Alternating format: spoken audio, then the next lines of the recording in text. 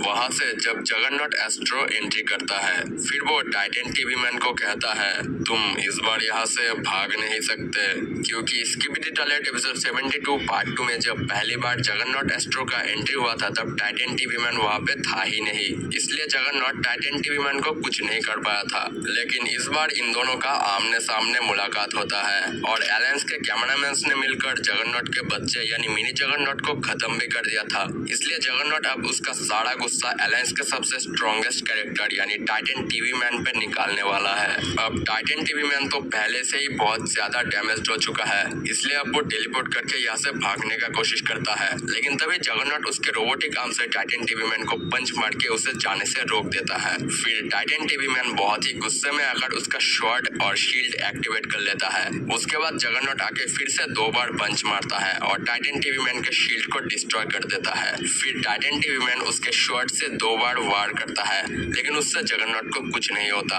उसके बाद Titan TV man तीसरी बार वार करता है, लेकिन जगरनॉट उसके रोबोटिक आर्म से उसे रोक लेता है। अब इस सीन को देखकर मुझे कैप्टन अमेरिका सिविल वॉर में स्पाइडरमैन के उस मेटल आर्म वाले सीन का याद आ गया। अब जगरनॉट फिर से टाइटन टीवी मैन पे पलट वार करके पंच मार के टाइटन टीवी मैन को गिरा देता है। उसके बाद जगरनॉट कहता है पैथेटिक और उसके हाथ में लगे एनर्जी बैरल से टाइटन टीवी मैन की तरफ एनर्जी बॉल थ्रो कर देता है, लेकिन तभी टाइटन टीवी मैन उसका सीक्रेट वेपन रिवील करता है, यानी उसके पीठ में से एक एस्ट्रो क्लॉ निकल आता है जो उस एनर्जी बॉल को रोक लेता है। तो ये शायद वही वाला एस्ट्रो क्लॉ है जिसे स्किबिडी टॉयलेट एपिसोड 74 में साइंटिस्ट टीवी मैन उसके लैब में रिसर्च कर रहा था।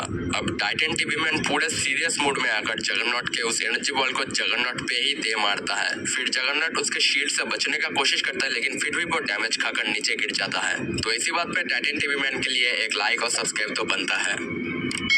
खैर, इस हमले से जगरनॉट को ज्यादा कुछ नहीं होता और वो ऊपर उठता है, लेकिन तभी टाइटन टीवी मैन ने एपिसोड 73 पार्ट 2 में जैसे जंप करके जी-मैन पे हमला किया था, वैसे ही अब जंप करके जगरनॉट पे हमला करके उसे फिर से गिरा देता है। फिर जगरनॉट पंच मार के टाइटन टीवी मैन से पीछा छुड़ाता है और उसके एनर्जी बॉल से टाइटन टीवी मैन पे हमला करने ही वाला होता है, लेकिन वो देखता है कि उसके हाथ में उसके एनर्जी बैरल है ही नहीं, बल्कि उसके बदले वहाँ पे टाइटन टीवी मैन का शॉर्ट घुसा हुआ है, क्योंकि टाइटन टीवी मैन ने बहुत ही चालाकी से कब जगरनॉट का एनर्जी बैरल निकाल लिया ये जगरनॉट को पता भी नहीं चला। फिर टाइटन टीवी मैन उस एनर्जी बैरल को खुद के हाथ में लगाकर स्माइल फेस के साथ जगरनॉट पे ही शूट कर देता है, जिससे जगरनॉट फिर से डैमेज खाकर नीचे गिर जाता है, लेकिन उसे फिर भी उतना ज्यादा डैमेज नहीं होता। तो इससे ही आप अंदाजा लगा सकते हो कि ये जगरनॉट एस्ट्रो किस लेवल तक स्ट्रॉन्ग है।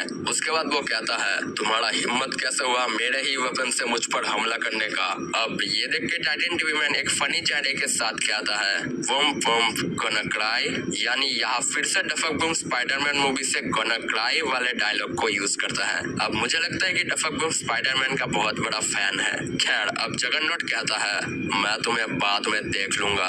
अब टाइटन टीवी मैन को लगता है कि जगरनॉट उससे डरकर भाग गया, इसलिए वो कहता है कायर कहीं का, और वो यहाँ से टेलीपोर्ट होकर उनके बेस पर जाने लगता है। लेकिन असल में ये जगरनॉट का एक चाल था। वो अचानक दूसरी तरफ से आकर फिर से टाइटन टीवी मैन को जाने से रोककर पंच मार के गिरा देता है। फिर टाइटन टीवी मैन उठने का कोशिश करता है और जगरनॉट उसे कहने लगता है, ऊपर उठो। फिर वो उसे पंच मार के गिरा देता है। वो फिर से कहता है, ऊपर उठो, और वो टाइटन टीवी मैन के पीठ में लगे एस्ट्रो क्लॉ को निकाल कर फेंक देता है। और इससे ही साबित हो जाता है कि अलायंस के पास एस्ट्रोस का टेक्नोलॉजी तो आ चुका है, लेकिन अलायंस एस्ट्रोस के लेवल का टेक्नोलॉजी अभी तक हासिल नहीं कर पाए हैं। उसके बाद टाइटन टीवी मैन फिर से उस पे एनर्जी बॉल से हमला करने जाता है, लेकिन वो टाइटन टीवी मैन के हाथ को घुमा देता है, जिससे एनर्जी बॉल दूसरी तरफ निकल जाता है। फिर जगरनॉट टाइटन टीवी मैन के हाथ में लगे एनर्जी बैरल को भी निकाल कर फेंक देता है और उसके हाथ में घुसे हुए टाइटन टीवी मैन के शॉर्ट को निकालकर टाइटन टीवी मैन के टीवी स्क्रीन में ही घुसा देता है। फिर टाइटन टीवी मैन उस शॉर्ट को निकालता ही है कि तभी जगरनॉट उसके पीछे से जोरदार पंच मार के टाइटन टीवी मैन के टीवी को पूरी तरह डिस्ट्रॉय कर देता है। अब रुको, इससे पहले कि आप रोने लगो कि टाइटन टीवी मैन तो मर गया, अब क्या होगा, तो मैं आप लोगों को बता देता हूँ, टाइटन टीवी मैन उसके सिर को यानी उसके टीवी को अलग कंट्रोल कर सकता है और उसके बॉडी को अलग कंट्रोल कर सकता है। और इसका सबसे बड़ा एडवांटेज ये है कि टाइटन टीवी मैन का सिर यानी उसका टीवी पूरी तरह डिस्ट्रॉय ही क्यों ना हो जाए, जब तक उसका बॉडी सही सलामत है तब तक वो जिंदा है। और इसी वजह से टाइटन टीवी मैन अलायंस का सबसे स्ट्रॉन्गेस्ट कैरेक्टर भी है, क्योंकि टाइटन कैमरामैन और टाइटन स्पीकर मैन का अगर सिर अलग हो गया तो वो लोग दुनिया से भी अलग हो जाएंगे। खैर, अब जगरनॉट टाइटन टीवी मैन के टीवी को उठाकर कहता है, अंडरवेलमिंग स्लॉटर। फिर वो पीओवी कैमरामैन की तरफ देखकर कहता है, क्या यही था तुम्हारा सबसे स्ट्रॉन्गेस्ट सोल्जर? बट तभी टाइटन टीवी मैन का बॉडी उठकर उसका शॉट जगरनॉट जगरनॉट के एक आंख में घुसा देता है। फिर वो उसके कोड के एनर्जी बीम से जगरनॉट को डिस्ट्रॉय करने लगता है, बट जगरनॉट फिर से उसका शॉट टाइटन टीवी मैन के बॉडी में घुसाकर उसे गिरा देता है और कहता है नीचे रहो, मेरा विरोध करना व्यर्थ है। लेकिन तभी अचानक जगरनॉट के पीछे मौजूद 3 जेट एस्ट्रो टॉयलेट्स में से एक जेट एस्ट्रो टॉयलेट ब्लास्ट होकर गिर जाता है। फिर क्या हुआ है ये देखने के लिए पीओवी कैमरामैन घूमता है और दिखता है यहाँ पे पूरा स्किबिडी आर्मी कमबैक करता है।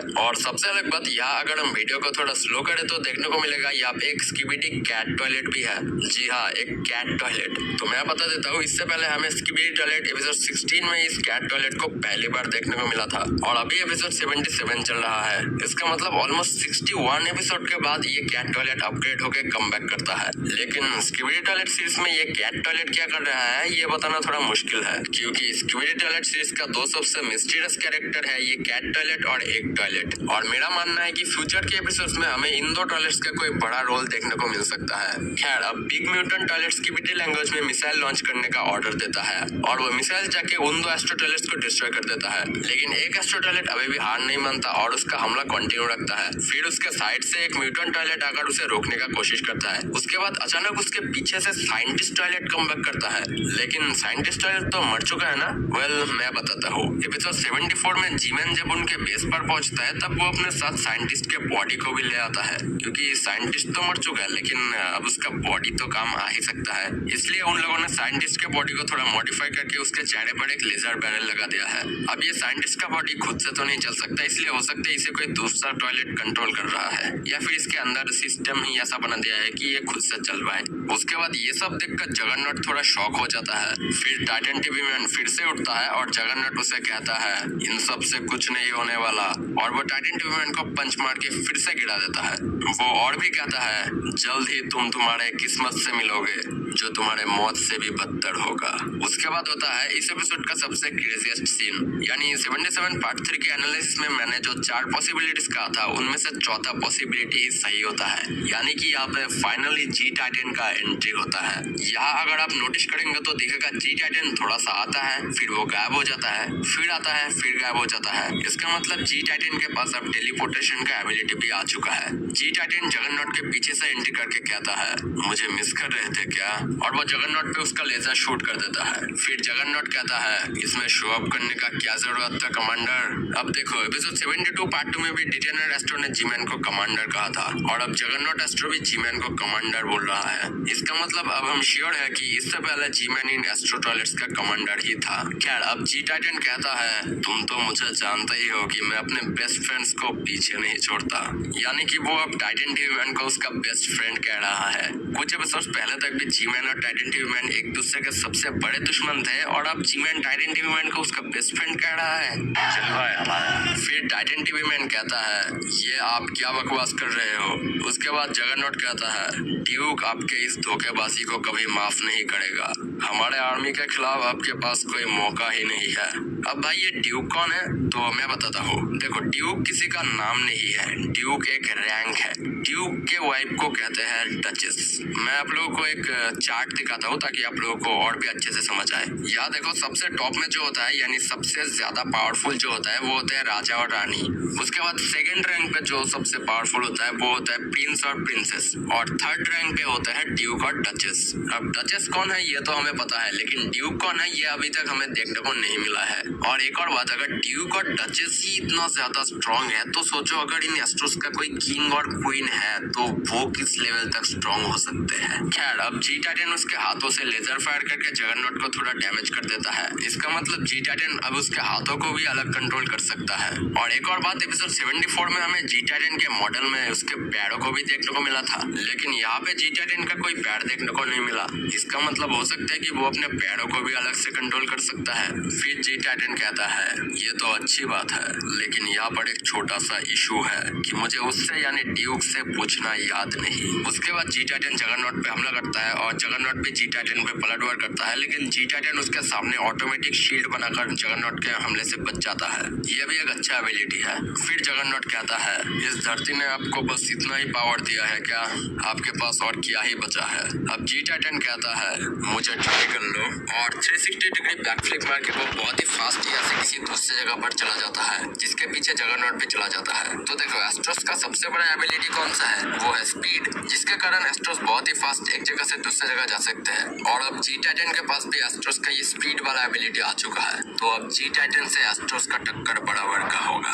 और जब एलायंस के पास भी ये स्पीड वाला टेक्नोलॉजी आ जाएगा, तब तो भाई मजा ही आ जाएगा। फिर वहाँ पे एक एस्ट्रो कैरियर एंट्री करता है, और ये शायद वही वाला एस्ट्रो कैरियर है जिसे हमें एपिसोड 75 में देखने को मिला था। उसके बाद फाइनली जगह टाइटन टीवीमैन उसके डैमेज हालत के साथ यहाँ से टेलीपोर्ट होकर उनके बेस पर जाने लगता है, और पीओवी कैमरामैन भी उसके तरफ भागने लगता है। और यहाँ पे ये एपिसोड खत्म होता है। आई होप दोस्तों